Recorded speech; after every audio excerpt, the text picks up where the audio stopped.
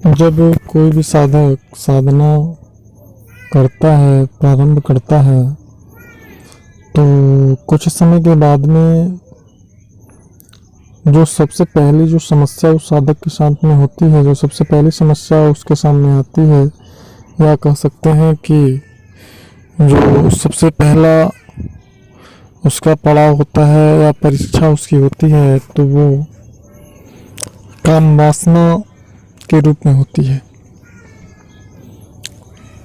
हमारे व्यूअर्स की भी यह चाहत थी, उन लोगों ने भी ये कहा कि गुरुजी ब्रह्मचर्य को कैसे मजबूत करें, कैसे साधें, इससे संबंधित भी जानकारी दीजिए। तो हम यहाँ पे वैसे तो हमारे चैनल पे अगर विजिट करेंगे तो ब्रह्मचर्य से संबंधित आपको कई वीडियो प्राप्त हो जाएंगे। तो साधना काल में जो हमारी ब्रह्मचर्य की परीक्षण शक्तियाँ लेती हैं, परीक्षण करती हैं या परीक्षा लेती हैं, तो उसमें सबसे पहले तो हमें यह समझना होता है कि आखिर ऐसा क्यों हो रहा है। जबकि हम साधना अगर नहीं करते रहते हैं तो इस प्रकार की दिक्कत नहीं आती है, लेकिन जब साधना प्रारंभ करते हैं, साधना अगर ठीक ठाक चलने लगती है, तो पहला हमारा परीक्षा होता है वह ब्रह्मचर्य को धारण करने का ही परीक्षा होता है। शक्तियाँ हर प्रकार से हमारा परीक्षा लेती हैं, हर प्रकार से हमारी योग्यता को जांचती हैं, चेक करती हैं। जैसे कि मैंने प्रीवियस वीडियो में बताया हुआ था कि बिना योग्यता का निश्चय किए हमें किसी प्रकार की कोई सिद्धि प्राप्त नहीं होती। ऐसा हमारे प्रकृति का विधान है। हमारी अगर योग्यता है किसी शक्ति को धारण करने की, किसी प्रकार की सिद्धि को प्राप्त करने की, तभी जाके हमको वह सिद्धि, वह शक्ति प्राप्त होगी। अगर योग्यता नहीं है तो फिर उस समय नहीं होगी, और जब तक वह योग्यता नहीं आएगी तब तक हमें वह सफलता प्राप्त नहीं होगी। ब्रह्मचर्य को धारण करने का सबसे सरल, सबसे आसान तरीका क्या है उसको मैं बताता हूँ। हमारा जो दिमाग है, आप उसको ऐसे समझ लें कि जैसे कंप्यूटर का हार्ड डिस्क है, मेमोरी है, मेमोरी समझ के चलते हैं। तो मोबाइल में जब सब जो भी हम इंस्टॉल करते हैं, जो भी उसमें हम डाउनलोड करते हैं, वह मेमोरी में इंस्टॉल होता है।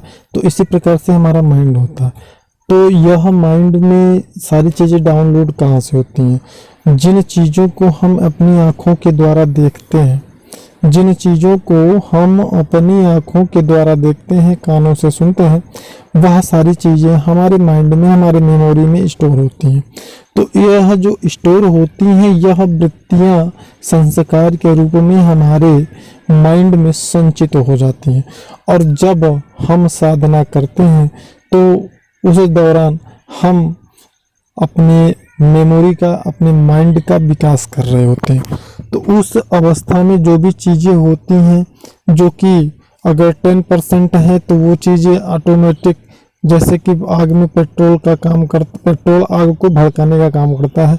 तो ठीक इसी प्रकार से जो साधना होती है, उसमें से जो ऊर्जा उत्पन्न होती है, वह हमारे सकारात्मक और नकारात्मक दोनों प्रकार की ऊर्जाओं को बढ़ा देती है। यानी हमारे चित्त में जो स्थित संस्कार होते हैं वह बढ़ जाते हैं, ज़्यादा प्रभावशाली हो जाते हैं। तो इस प्रकार से अब हमें जो नकारात्मक विचार हैं उनको निकाल के फेंक देना होगा, और जो सकारात्मक विचार हैं उनको ही धारण करना होगा। और जो सकारात्मक विचार हैं उनको धारण करना ही ब्रह्मचर्य धारण करना मान के चलिए होता है। तो उस स्थिति में सर्वप्रथम हमें अपनी आँखों पे ही कंट्रोल करना होगा। अगर आपने अपने आँखों पे कंट्रोल कर लिया तो पूर्व की जो आपकी वृत्तियाँ, पूर्व के जो संस्कार आपके मन में हैं भी, तो वह संस्कार धीरे धीरे करके सात्विक वृत्तियाँ उनको निकाल करके फेंक देना शुरू कर देती हैं। अगर हम साधना काल में अपने विचारों पे कंट्रोल कर लें, अपनी आँखों पे कंट्रोल कर लें, तो आप समझिए कि 70% ब्रह्मचर्य को हमने धारण कर लिया।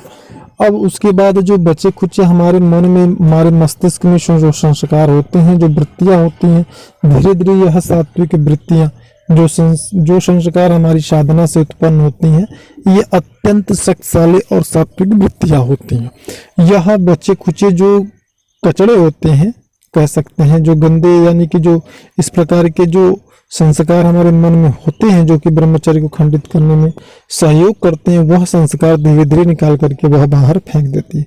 और जब ये संस्कार बाहर आते हैं तो हमारी काम वासना ज़्यादा उग्र होती है।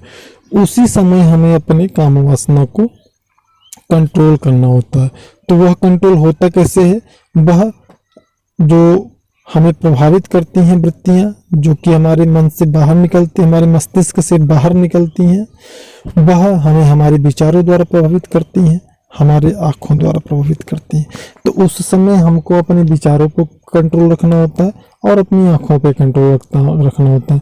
ना तो अश्लील दृश्य को देखिए, ना तो अश्लीलता भरी वाणी को सुनिए। इन दोनों प्रकार की चीज़ों को आप दूर रखिए और ज़्यादा से ज़्यादा साधना करने प्रयास करिए कि मोबाइल का प्रयोग न करें। और अगर अति आवश्यक है, महत्वपूर्ण है, तो ठीक है, आप कॉल कर लीजिए, बात कर लीजिए, बस इतना है, बहुत ज़्यादा नहीं, थोड़ा बहुत। तो इस प्रकार से हम अगर चाहें तो अपने ब्रह्मचर्य का कठोरता से पालन कर सकते हैं। और जो मैंने बताया है ये बहुत ही महत्वपूर्ण जानकारी है। अगर आप इसका पालन करते हैं, अगर आप इसका अनुसरण करते हैं, तो निश्चित रूप से आपके ब्रह्मचर्य पालन में, ब्रह्मचर्य को धारण करने में यह बहुत ही महत्वपूर्ण योगदान निभाएगा। हमने ऐसे बहुत सारे साधकों को देखा है जो कि इनका कहना होता है कि भाई मैं इतने दिन से साधना कर रहा हूँ लेकिन मैं ब्रह्मचर्य धारण नहीं कर सकता या नहीं कर पा रहा हूँ, बार बार मेरा सफलता मेरे करीब आते आते रुक जाती है, मेरा ब्रह्मचर्य खंडित हो जाता है। तो उसका कारण यही होता है कि साधना काल में भी वो अपने व्यवहार में कोई परिवर्तन नहीं लाते हैं। वो लगातार मोबाइल का प्रयोग करते हैं, लगातार बातें करते हैं, व्हाट्सएप पर चैटिंग करते हैं, वगैरह वगैरह। तो इस प्रकार से थोड़ा सा अगर आप एक लिमिट में रहेंगे तो निश्चित रूप से सफलता को प्राप्त करेंगे। धन्यवाद।